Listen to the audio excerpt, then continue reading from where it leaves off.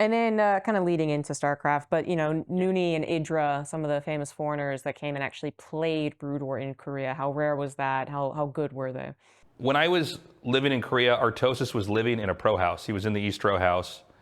And one of the things he was doing, besides working at that company that took care of the broadcasting rights, that broadcast company that owned the broadcasting rights, they owned a pro team too called IdrA, just to be clear. Artosis would be in charge of trying to get certain foreigners out here on the team. So he had IdrA out here for a while. He had Noni. Rhett was in Korea for a little bit. And these were like the last generation of players that were here in Korea for StarCraft 1. When I was growing up, I was following the careers like Elke and Legionnaire and XCS Gur and all those guys. So we were responsible for taking care of a lot of these players that were sort of that last generation. I will say, sadly, I felt like the conditions were never good for those players. Being out here, in some cases, the players weren't really ready to practice. Some people don't need to practice all day, others do. So there was some players that were not ready to just grind all day. And then, I mean, as an example with Noni, like Noni didn't need any help with that. He would want to exercise and jog and get 8 hours of sleep. And I remember the coach being against him getting 8 hours of sleep and exercising. He thought he should just play the game more. And there were a lot of problems. I know a lot of people look back on the team houses with nostalgia, and I get it. But I think what players have now with streaming is better and is healthier. It makes more sense.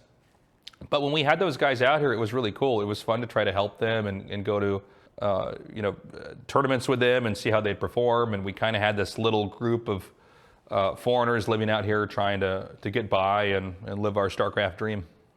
What was the experience of some of those first GSLs? You had a ton of work. It was just Codes, I think, back then. And you're working with, Artosis for some of your first big gigs. So can you kind of just encapsulate the feeling of those early days? So prior to StarCraft 2 coming out and GSL coming out, I basically had lost all my work, right? Because of Kespa teams pulling out, I did not have hardly any income. So I was doing maybe a little bit of work for IdrA HuK TV, but all the StarCraft and Warcraft 3 stuff got canceled. They were doing a game called Crossfire.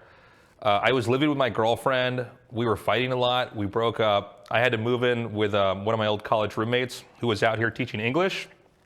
I was sleeping on his floor, drinking soju at night, feeling sorry for myself, basically waiting for StarCraft 2 to come out. So when the game came out, I started immediately talking to GOM TV, and it was actually a pretty rough negotiation. I think they were in a position where basically I was taking a pay cut from StarCraft 1 to go into StarCraft 2. But I needed the work, and this was the whole kind of reason for me being willing to come out to Korea to begin with, was like, okay, well, StarCraft 2 is going to be here. There's got to be something that can come from this. I also had broken my knee at the time doing the leg press machine. I had a meniscus tear, so I had to get a surgery here. I was like in a cast. I was at rock bottom. By the time the beta was out, they started doing tournaments, my knee had healed up, and Dan and me started casting. And it's funny because I waited in Korea for 3.5 years, hustling and trying to figure out how to get by, and just to get this moment to do a StarCraft 2 Star League. And it was like things started going so fast. Suddenly, at the qualifier, all these foreigners are showing up. What's that movie with the baseball stadium, like Field of Dreams, where if you build it, they will come?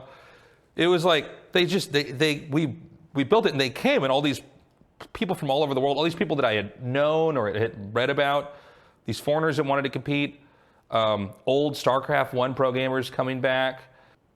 Before this, we had been doing a show once a week to a small hardcore audience. Suddenly, it was like tourists were showing up. We were filling out stadiums. Blizzard was here. I was meeting Mike Morheim and all these other people at Blizzard. They were no longer kind of this like ivory tower that I didn't have access to. They were like right there talking to us. We started traveling a lot. It got a little crazy. There was a point in time where I was going all over the world. We had too much work as it was in Korea. We were doing 6 days a week.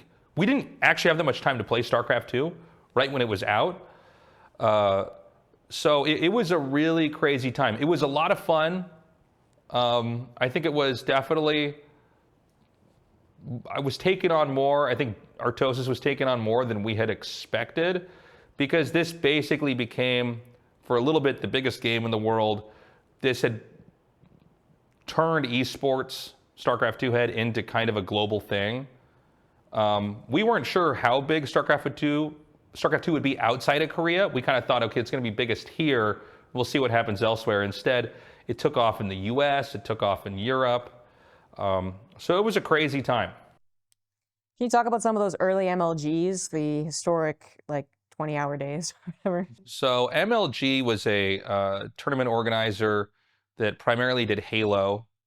And they picked up StarCraft, and they, tournaments outside of Korea had a different format because they were not reliant on the cable kind of habitually having nuggets of content you would consume. In Korea, StarCraft's it's like a TV show, right? You tune in for a couple hours or an hour, you get your fill, you catch up on the story the next day or the next week when the next episode airs.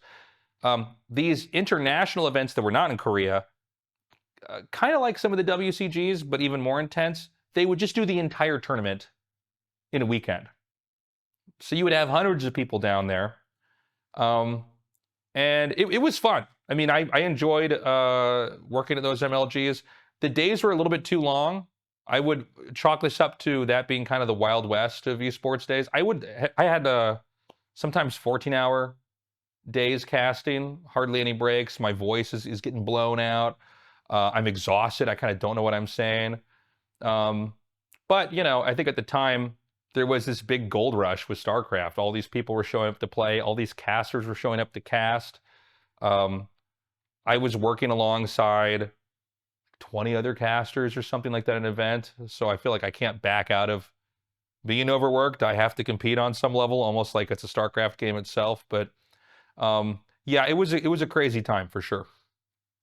Did it feel extremely different casting StarCraft 2 to Brood War, especially because Brood War had those 10 years to develop and StarCraft 2 was a brand new game? No, casting StarCraft 2 was pretty easy, I feel like, right when it came out. I remember the first day, there was like, we were kind of used to feedback on the internet, but we weren't ready for how much talk there would be about this. Like, I think Artosis was calling the Stalkers Dragoons, and he was just getting eviscerated online. Going into StarCraft 2, it was easy because we're just continuing the story from StarCraft 1. We knew almost all the players, even if they were like low B rank, B tier players on their pro teams, we still knew who they were. And we're also getting to learn the game. Like, we don't know what's good. So we're actually just watching the game get solved in front of us.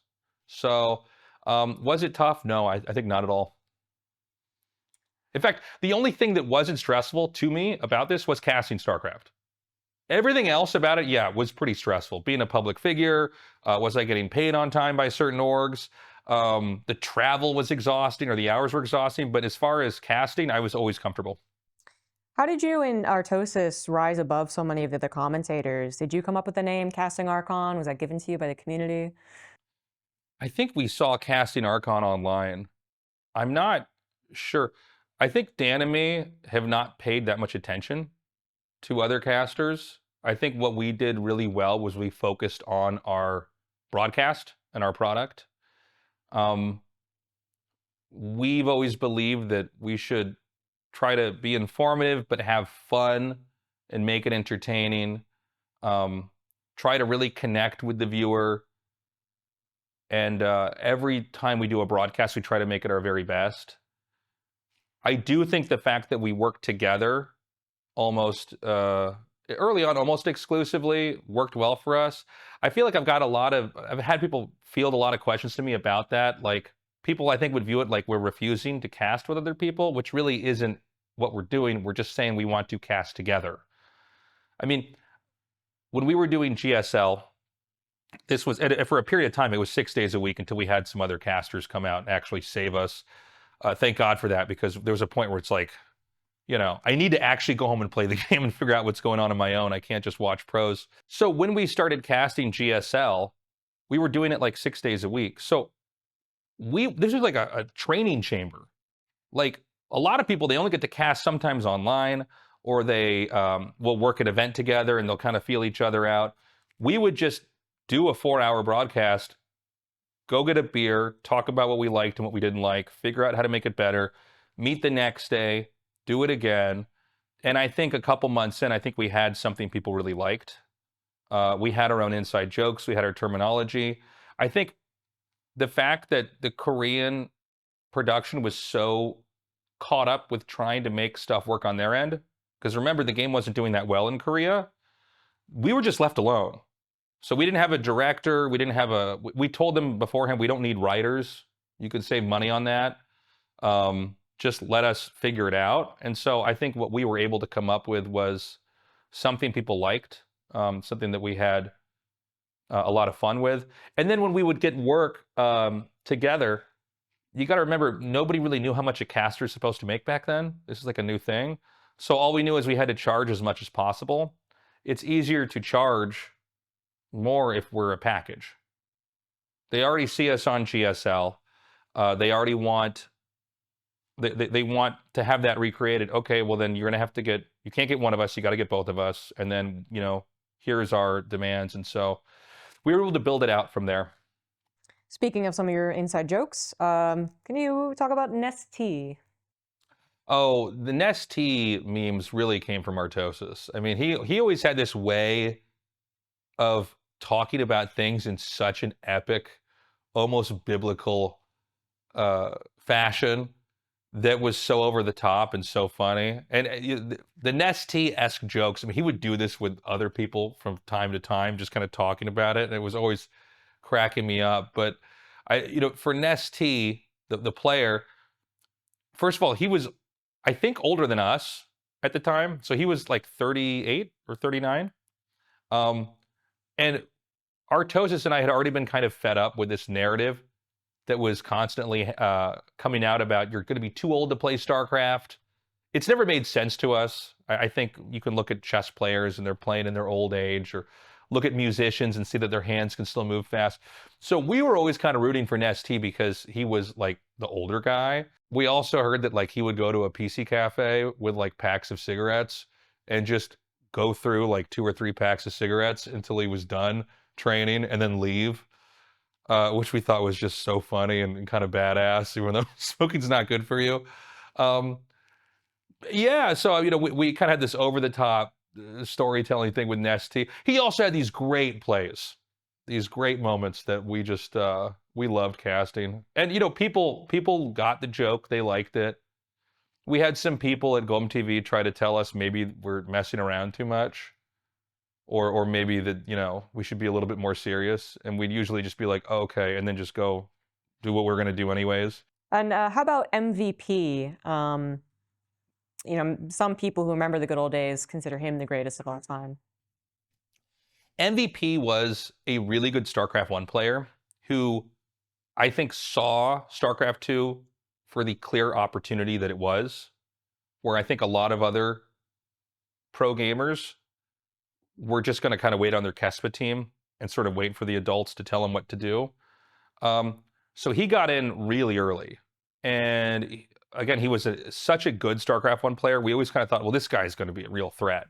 And he was.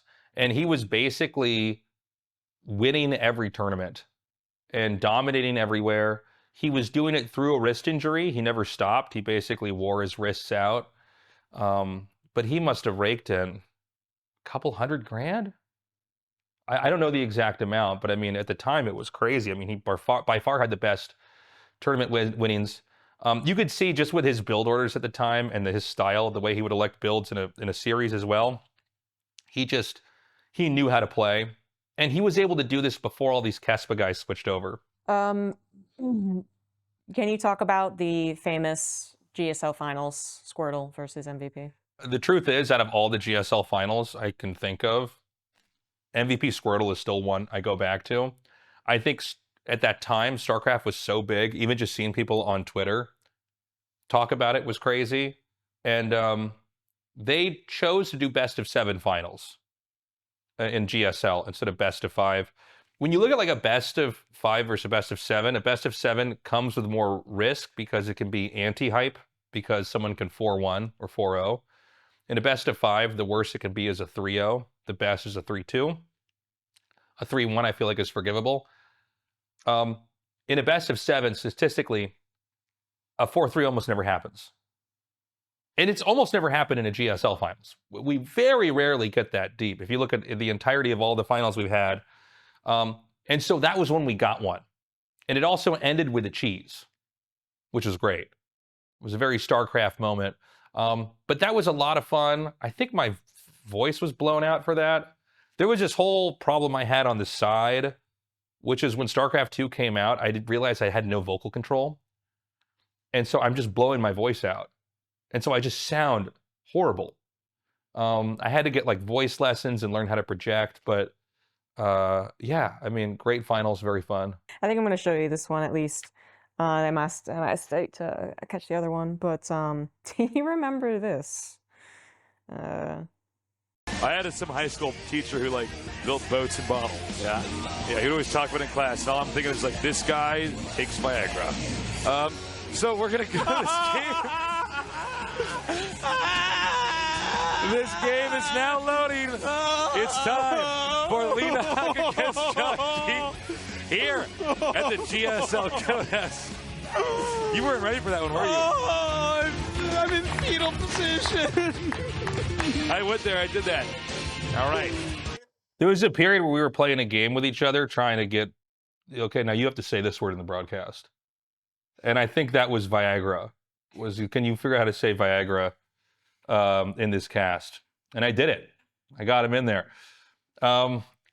Yeah, there was a period we were messing around. We had a one where we would try to dare each other who's going to not talk first. You know, I'm sure there are people that would watch that and be like, why are you guys messing around so much? But I felt like the viewers were having fun. I think we were having fun. One thing I've always noticed with people that like StarCraft is they have to have a sense of humor. The game's kind of insane and crazy. So, yeah. You talk about some of the foreigners that were making big waves. You talk about you know, IdrA versus HuK. IdrA was a guy I knew way back in the day with StarCraft. Really solid macro player, tended to lose to cheeses a little bit more than other people. When StarCraft 2 hit, his stream was huge. And he was one of the best. Everybody, including the Koreans, was kind of like, oh, this guy might actually be the best out of everybody. He became kind of this villain within StarCraft because he wouldn't GG. A lot of people thought he was kind of bad manner. I always felt like this was all overblown. I lived like a few blocks down from him and would see him every day and was just like a normal, nice guy. We got along fine. And then you had HuK on the other side. I think HuK was also a little bit of a villain of his own on some level. And so there was a bit of a rivalry. I think if you look at, you know, where HuK came from and where IdrA came from, IdrA was in higher status from StarCraft 1. And so you kind of expect for him to do better. He was also in Korea, kind of residing with the elite players. And so they had a pretty big rivalry. And I think famously, I think what you're bringing up is the hallucination moment. I mean, what a great StarCraft moment. Getting someone to leave the game being tilted because they got tricked by seeing hallucinated units. Yeah, I mean, it was a crazy fun moment. I think it was one that IdrA did not enjoy, but yeah, definitely something very memorable from the early days. What I liked was Jaedong, I guess, beating out Golden to make it out of the group. I don't even have any analysis. I'm just completely in love with it. Well, it's really good to see you still doing so well. Already That was some great input from Incontrol first. I don't want to have to follow something like that up, but I'm going to try to say something at least as substantial. This tournament is about Todd as far as I'm concerned at this point, okay? This guy, he is a pro gamer that, like, he was a legend in Warcraft 3. He came to StarCraft 2 and has been kind of mediocre-ish to good. You know, he's had some good results, made Premier League and stuff. But the thing is, he's been commentating a lot recently. And, you know, that's like something, sometimes pros take a step back. They're like, you know, maybe I'm going to try this commentary thing a little bit. You know, I got to make some money, and I still love the game, maybe I'm not doing as well as I should. You know, and... Wow. Whoa! But Todd Wait a second. I'm pretty sure you as well tried to keep playing competitive. I think what we can really take away from this today is, had the rest of us signed up for this tournament and played in it, my God, the results would have been different. There'd be no Koreans left. There would be no Koreans Based on left. Artosis, I too have a different answer. And possibly subpar commentary. Nick, please. All right. That's so funny. That was in Romania. That was one of the, I think that's one of the only times I hosted. I hosted maybe once or twice at BlizzCon. Hosting's way more work. It's way more fun to just cast. Can you talk about Incontrol? Oh, man. So Incontrol was one of the best American StarCraft Zergs, was late to coming to tournaments in StarCraft 1. So nobody like knew what he looked like exactly or what kind of person he was. We had just seen photos, and he would talk a lot of shit. So like, there was kind of an attitude of like, well, maybe he's cool, but maybe fuck this guy. I don't know. This is so weird, but I actually saw him at a college debate tournament. I did debate in school, and we were in the same room, and we both thought, he thought, is that Tasteless? And I thought, is that Incontrol? And we didn't say anything to each other because it just seemed completely out of place. It was in Wyoming. It was just some random place. I remember when I first properly met him, we were in, I think it was Orlando, and I knew that Incontrol was going to be at that event. And I got to the hotel a little bit late, and I saw Dan in the lobby, and he goes, Incontrol's here. And I kind of went like, so what is he like? And he goes, oh, he's cool, you're going to like him. And then we went to the room, and yeah, he was hilarious. Really funny guy. I think a lot of people were scared to be on camera with him because he would just say anything. I know he had upset a lot of people at Blizzard or ESL because he had a level of unpredictability that I think made directors and producers nervous. Like, what's he going to do? And he would always, I think Dan and me always went up to the line and didn't cross it, but he would go right up to the line and then just take one step over. Super funny guy, great player too. Sadly, he's not with us anymore. I actually learned that he passed at WCG. I was in China in one of the attempts to revive WCG, and that's actually where I met him my first time, was at a WCG in Orlando. So it was super sad. We found out right when we got done with the broadcast that he passed away, and yeah, I mean it's really sad. It apparently was a blood clot. Went from his leg into his lung. I know like 2 years before that, he had mentioned he had a blood clot removed. We were kind of like, shit, that's crazy. You know, you can die from that. Not that it's that common at that age, but yeah, I mean, I'm very lucky to have known Jeff. A very funny guy. A lot of times when I see what's happening in the world, I wonder what he would say. And then can you touch on TotalBiscuit's contribution to StarCraft?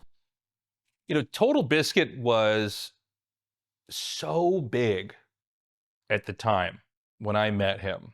I mean, this was a guy who had kind of taken over YouTube before people even understood that that's what you should be trying to do, is move onto YouTube and kind of make your own platform.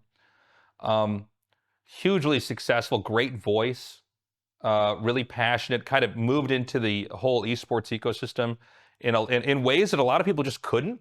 You know, based on the positions they were, like he was funding Axiom, so, you know, running his own pro team, a very driven guy. You know, outside of StarCraft, I thought he always had a really good take on games and reviews in general. I think he's kind of the first generation of that you see where people kind of started to move away from like IGN or PC Gamer and just focus on individual reviewers like him. But he ended up getting cancer. And I think, I think sadly, I think everybody back then struggled with comments online, but I think he struggled with it more than most people. I think he really wanted to win people over. And I think it was really hard for me to see that for him, when he was that sick, being that distraught about feedback online. But I mean, what a legacy he left, So what did you think about region locking when it was announced? Region locking was Blizzard's attempt to somehow make it interesting for each region in having a StarCraft scene. I think it was horribly implemented, and I think a lot of unintended consequences came from it. It shouldn't be a problem because this is where StarCraft kind of happened and came from, but the problem for StarCraft 2 is that the Koreans are too good. And I never bothered me. I was fine watching only Korean tournaments growing up while I was in Kansas. But there was concern that this would not be interesting, or that you would have maybe all the Koreans in one spot and this would become, it wouldn't matter what happens in NA or in EU. Kind of like what happened with StarCraft 1, where you have to be pretty hardcore to know, who was on top of EU, in the years past. Their solution was to carve up the world into different regions, and then people could pick which region they want to be in.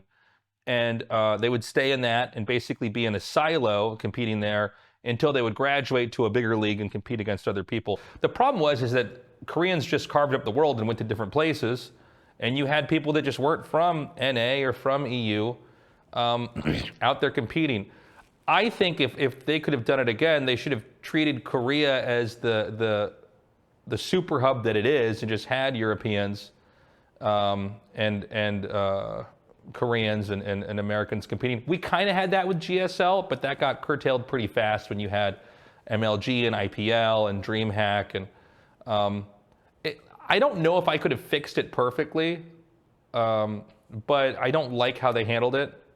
And it was very, even for me as a caster, and I try to follow the other tournaments, there was too much going on some level to keep up with everything. And then also, when I finally get to cast Bomber, I didn't feel like I knew him that well because I wasn't able to follow him the same way because I was, casting mostly stuff in Asia. It's easy to criticize. It's hard to come up with a solution. I don't have a solution, but I can tell you that it was not handled well. A lot of things in StarCraft 2 were just not handled well. I think the game on its own is good, but it is basically a cautionary tale of how to not run an esport, how to not launch a game. Yeah. Can you talk about how initially it was a lot of grassroots tournaments, not Blizzard-funded tournaments, and then Blizzard took over with the WCS system? So initially it was a lot of, I guess you'd call them grassroots tournaments. I mean, GSL was at the time the only Star League format, which has always been my favorite format for a tournament, was to kind of make it almost into a show. And it would take maybe, 3 months to finish, 2 months to finish. But you had DreamHack, you had MLG, you had IPL, you had you had Iron Squid, you had stuff popping up all over the place. And what's good about that is that it's like advertising for StarCraft everywhere. What's bad about that, I'll give you a very specific example, is I remember we did a GSL finals. I can't remember who won, but whoever won. Meanwhile, someone won a tournament in Singapore, and then there was another tournament in Sweden in the same weekend. And it was well, who's the best? And all the viewership was being split. Players sort of didn't know where they're supposed to go. There was no North Star event. Everybody was burning out. I remember myself included. I don't sleep that well when I travel, and I remember just going from event to event to event and kind of just feeling myself deteriorate. So I think somewhere in there they had to kind of rein it in and get some direction. At the same time this was happening, League of Legends was on the rise. And League of Legends, I don't know if it's partially because of the system that they put in place, that gave oxygen to League of Legends to then kind of move in and get more eyeballs. You could also argue it's that League of Legends is free to play. Blizzard was following a pretty old model. I think they had to do something. One of the issues that happens when a company takes total control of a game is if it fails or they pull out, like what happened with Heroes of the Storm, or what's happened to Overwatch League now. Like, we'll never know how big or small Overwatch League could have or should have been because it never got the proper chance. It was instead upheld as the next greatest esport, and you better get in line or you're going to miss out. And of course, it couldn't live up to that hype. I guess I know I'm rambling a little bit here. I both like and don't like the WCS system. I liked that it helped me have my life organized as a caster. I kind of knew where I was supposed to go, and if I'm putting in my share, and then from there you get to go to BlizzCon and you get to work there, so it's good. I think there were things that also hurt that. But again, it's hard to say because there were so many misplays that happened. And I don't even really fault Blizzard for this because nobody had done this before.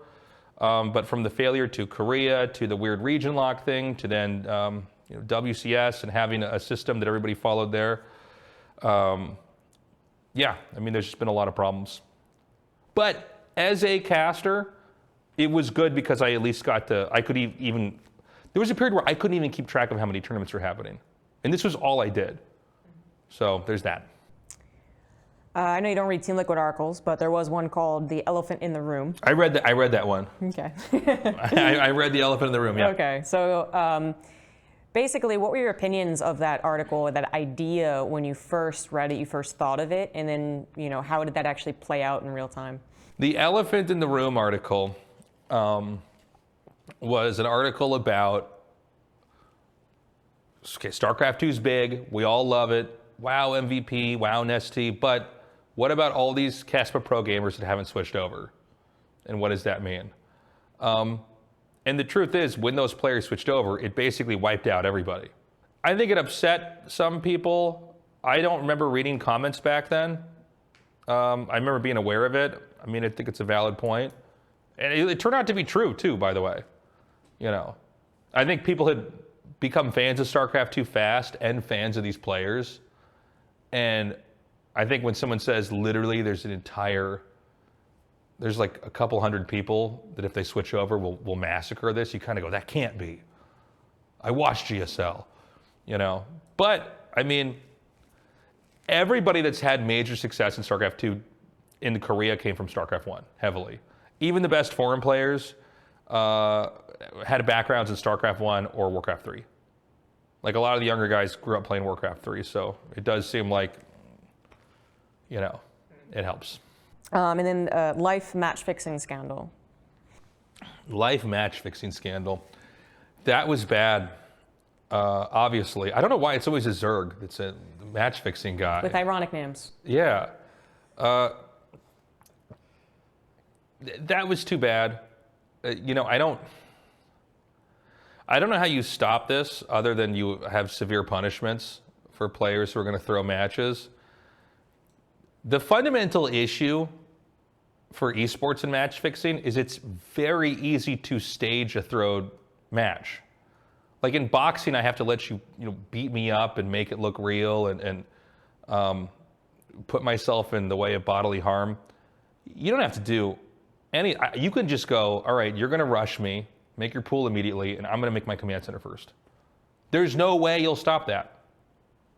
Because of the kind of poker game element of with build orders, you can just both agree. There's ways you can throw a match against someone that shouldn't be able to beat you by just doing a weird build. A lot of these websites are, first of all, gambling is illegal for Koreans in Korea. There are casinos that foreigners can gamble at. I think there are basically these offshore betting sites that are in Korean. And so they have esports betting. What is to stop somebody? Some of these guys don't make that much money. Okay, some of these guys are barely getting by. What if they can throw a game and make 10K? And what if it's a game that doesn't even matter? It's like some tournament versus a teammate or or whatever. So I don't know. I don't know that much about the details of life. I think he might have also had a gambling problem. But you know, it's kind of sad. I mean, we all come together, we put these tournaments on for these people. It's a cool, fun thing that we've got where we're enjoying this really interesting game, this new thing, and finding out who's the best and having these stories and then celebrating the players when they win, you know, having a big trophy, having a big audience there. It's sad to see players will disrespect that for their own personal gain. And the truth is, if you're not making money as a pro, there are ways to do that. You can go into coaching, you can go into streaming. It's not easy, but to see that that happened again. I mean, that's what's crazy. It happened once. The fact that it happened again with a couple pros. And there's probably a couple pros we never caught.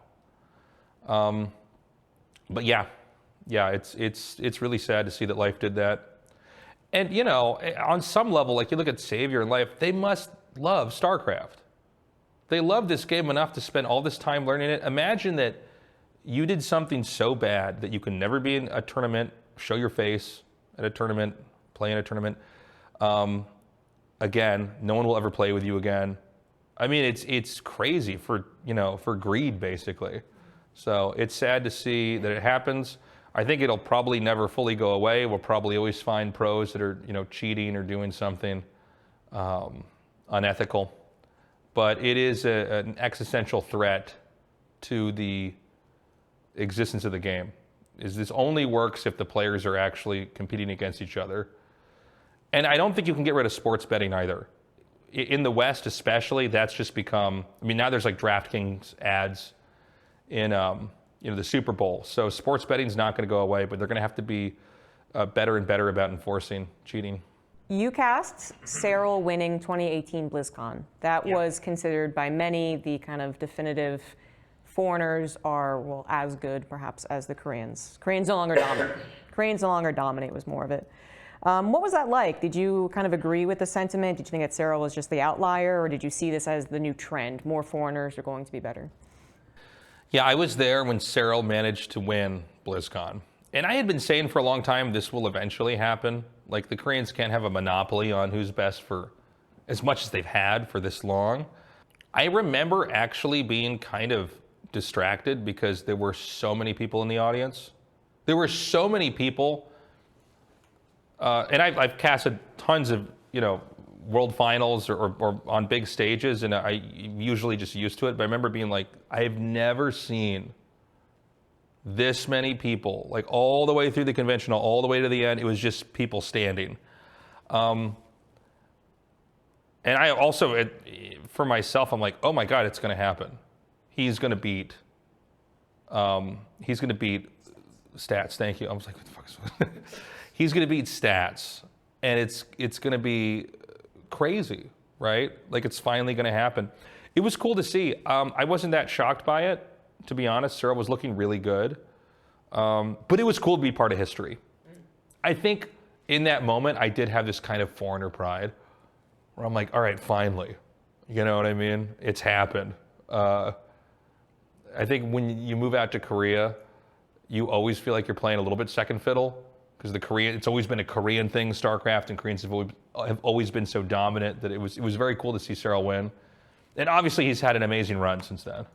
So StarCraft Remastered came out in 2016, I want to say. I guess can you give us an overview as to how Brood War is doing despite losing its legacy tournaments? So StarCraft 1 may be in one of the best spots ever right now. It's no longer on cable, but people don't watch cable anymore. Everybody's basically moved over to streaming. And so we have a Star League happening twice a year. It's now called SSL, but formerly it was called ASL. Now it's moved into the streaming ecosystem. So players stream matches every night. They have what they're called spawn bong matches. So people donate money for these prize pools for these online cups that are happening. SSL does well enough. I don't think it's ever going to get canceled by Africa TV, now known as Soup. It's nice to see that Remastered is in a state where, like, you can ladder. You can get on. It doesn't seem like people are cheating that often. Every once in a while, somebody comes up with some bug that gets them #1 on the ladder, but I don't seem to encounter that many people cheating, or if any.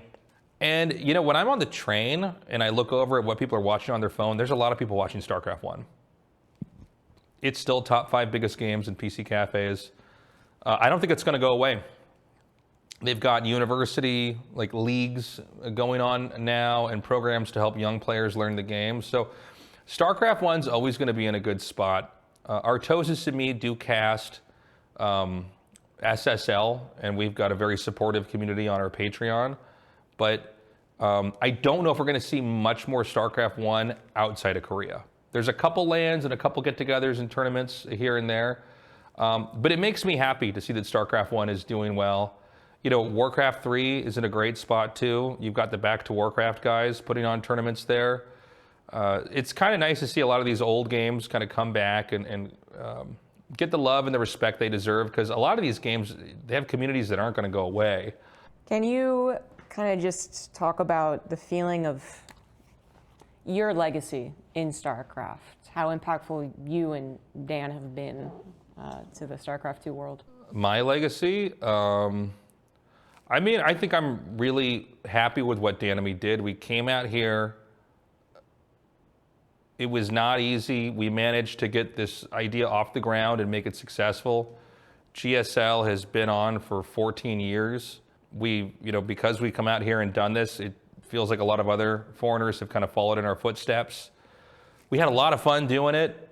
You know, I personally set myself up with a lot at risk. I mean, I dropped out of school. I did not have a proper work visa out here for a long time, just to try to get this thing off the ground, and it worked. And so, you know, as long as people have enjoyed the casting that I put out there, I'm happy. I know when I was really young, watching the Korean StarCraft leagues and not knowing what they were talking about, but enjoying it, it makes me happy to know that I can give someone that kind of experience and at least maybe try to make sense of the game or have some fun. And what would you say is StarCraft's legacy as a whole on video games and esports and culture? StarCraft is responsible for esports in an organized and competitive setting. Esports where the players really were super celebrities. StarCraft 2 is responsible for helping launch Twitch. It was Justin TV back then, and they realized everybody's just playing StarCraft 2 on here. We need to switch over to a more gamer-like name like Twitch. I think it is a celebration of the most hardcore games.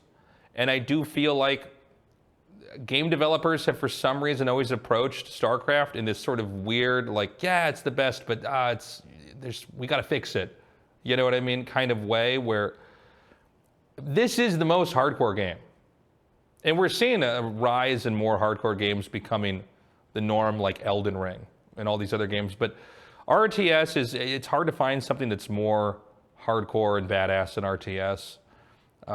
Every pro gamer that I've met outside of StarCraft, when I tell them what game I work in, or maybe they already know, they always say the same thing. They say that that's the hardest game.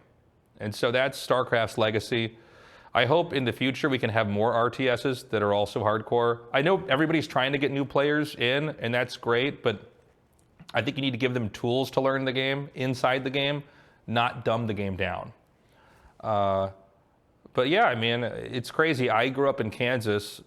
You would never imagine someone like me would have trekked all the way across the world, come here, learn Korean, acculturated, and probably never going to leave here, all over a computer game. Kind of touched on it, but what does StarCraft mean to you? You know, when I was in school, I never did my homework. I was always in trouble. My backpack was just full of papers. I don't know what the papers were for. I hated school. I was very worried that I would, never have any success in my adult life, or that I wouldn't, I wouldn't be able to figure out what I want to do. And honestly, I feel like StarCraft taught me the discipline to practice, to learn how to lose, and pick myself back up and try again. Because of StarCraft, I've gotten to travel all over the world and learn all these different cultures. But the game kind of helped me become the man I am today. And it's, because of it, I've been able to make a living and have a great life. And so I'm very grateful for it. It's crazy to think that a computer game can do that for you.